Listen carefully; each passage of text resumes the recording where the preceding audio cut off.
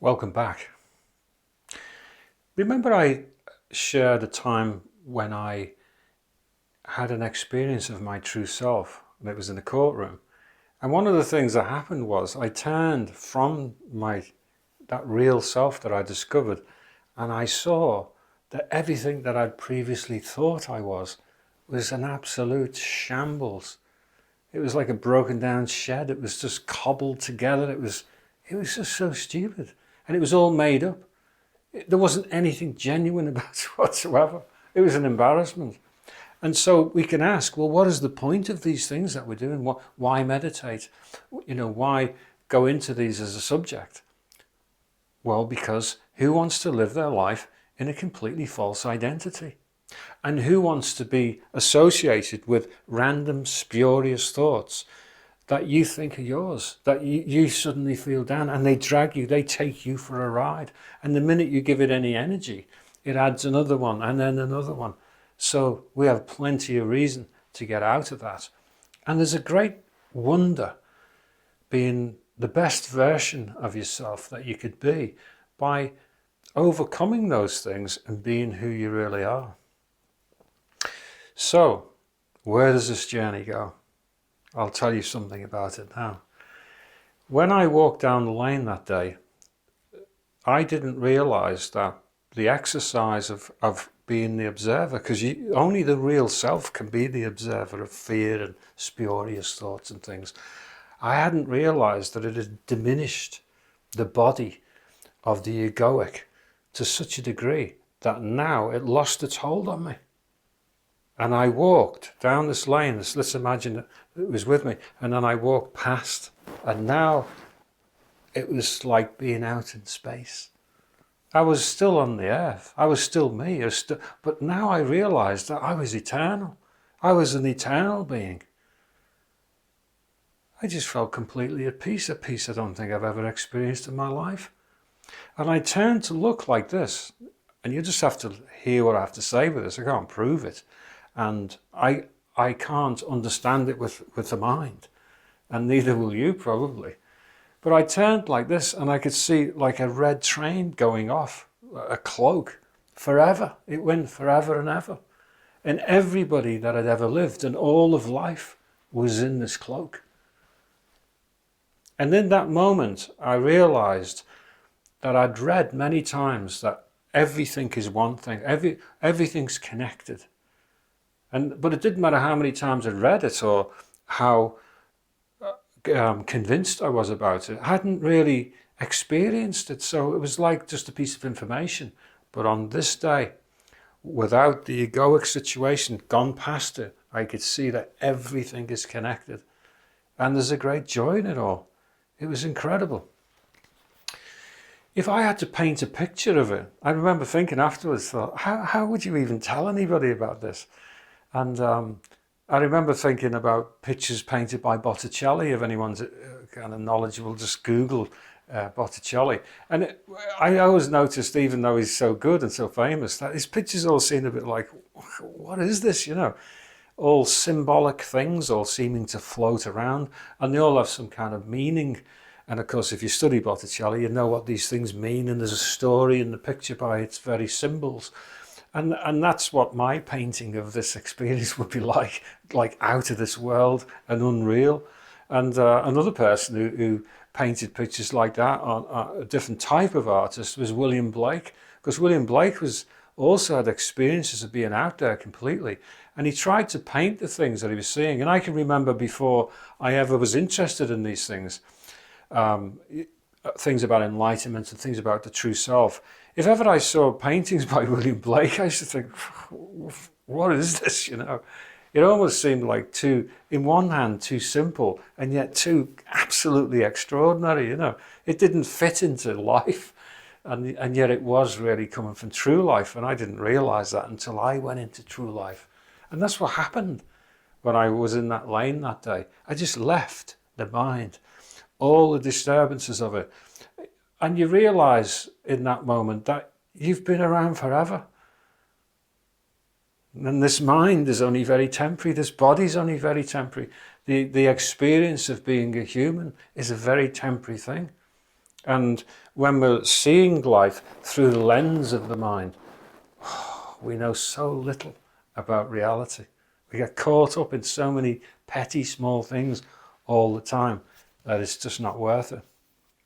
I remember years ago, Osho, in one of his talks, and he described the mind, and he said the mind is hunger, and the mind is thirst, and the mind is need, and the mind is want, and the mind is always and forever goal orientated. It doesn't matter where you think you've reached, it doesn't matter how much you get, it doesn't matter how far you go, the thirst and the hunger and the need for more and the emptiness, it just all keeps there, because that's its nature. Its nature is lack. Its nature is, I've got to have more. Its nature is restlessness. Its nature is, let's create a drama. It's like a drama queen. So you can imagine all that was gone, and there we were in absolute state of bliss, you could say, blissed out, fantastic. The same can be said about the whole Enlightenment journey, you could say. I don't know whether you're one of these people who's experienced this, but unless we get completely out of this mind situation and completely into what we are, we always seem to be climbing up another hill. Oh yes, I found the answer and I got the key, and we got the key. And then you wake up and the key's fading away. And we think, well, that's a nice piece of information. I'm glad I know that. But then there's something else we have to go for. And it's like as if something will complete us. There's something missing. There's something not there that will complete us. And unfortunately, whilst the mind is involved in this, the mind can never come to completion. It's like as if we're caught in a circle. It's like a ring of our own thoughts or of our own understanding, but we need to get outside of that ring. And that's what I'm saying, see. And then the whole point of being able to understand who you are as the seer, as the observer, as the watcher of these disturbing things, it's fantastic short term, of course it is, because we get peace for the first time. We start to take things down. I said it in another talk one day. Imagine there's 10 issues in your life, 10 things that keep coming up. You can start picking them off, because as they come up, you just have to be brave enough to just stay there with the painful thought, stay there as the emotions churn, but keep watching. You don't even have to say anything, just watch it. And the more you observe it, the more you're taking it down. Until in the end, you won't need to get to number 10. Usually when you get so far with these things, the whole thing starts to fall apart.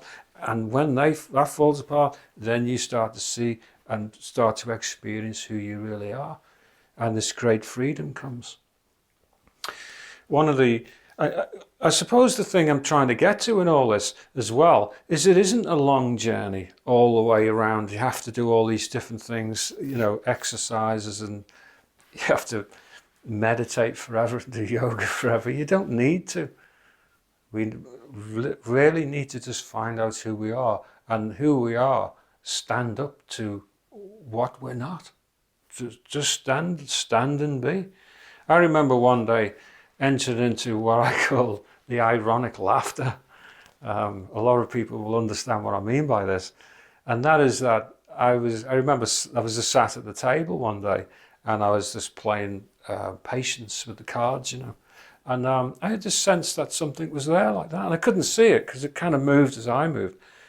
And I thought, that's awfully like me, It was a magical thing, but it was awfully like me. And then it was gone.